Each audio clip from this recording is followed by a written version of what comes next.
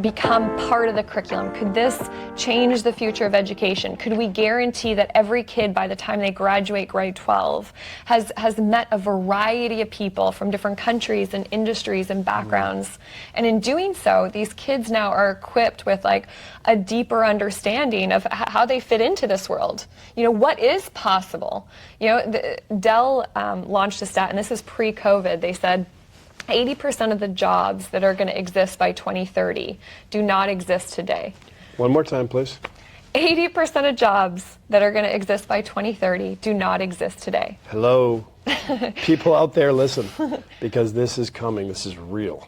So how do you stay on top of it? And I think the only way to stay on top of it is by consistently connecting with even like the people in EarthX.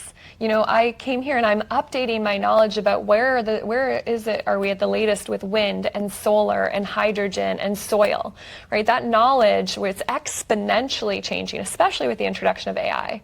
So I am upgrading my knowledge that was old, here at this conference live.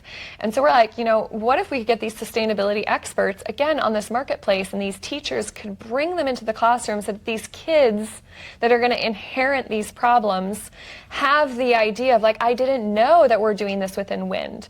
I didn't know that you could build a truck on a hydrogen cell and it could get this much efficiency. So these kids are already downloading. Which, by the way, we just came back from. I know, that's why I used That it. was so cool. Inventor Right? Michael. And that's a huge leap. Yeah. And so as soon as we all know that solution exists, we can now upgrade our understanding that this is where we're at, and that allows us to innovate at a higher level. That is so cool. All right, let's do the last part, and let's talk about your business model, right? Yeah. How do you make money? Where are the margins? What are your thoughts? Because obviously there's probably one of the hardest things, I'm projecting now, like if I was thinking maybe you've got it figured out easy, but it's like there's so many channels that you can attack, right? You've got education, you've got so many different sectors. What does that marketplace look like? What do the numbers look like in general? Yeah. And how does your business model work with fees and transactions? Yeah, so I'll share like I said, Or where you are today, at least, right? It can evolve. I'll evolve it. So really quickly, as an individual, you can sign up to Pick My Brain for free, create a profile, and unlock a free 30-minute offer, which allows anyone to book you if you want to try it. If you want to unlock paid offers, you pay $30 a month, very similar to Shopify. So that's our B2C model. But like I said, we also build marketplaces. Can I say a quick question in the B2C before we go to the marketplace? How are you going to manage quality control?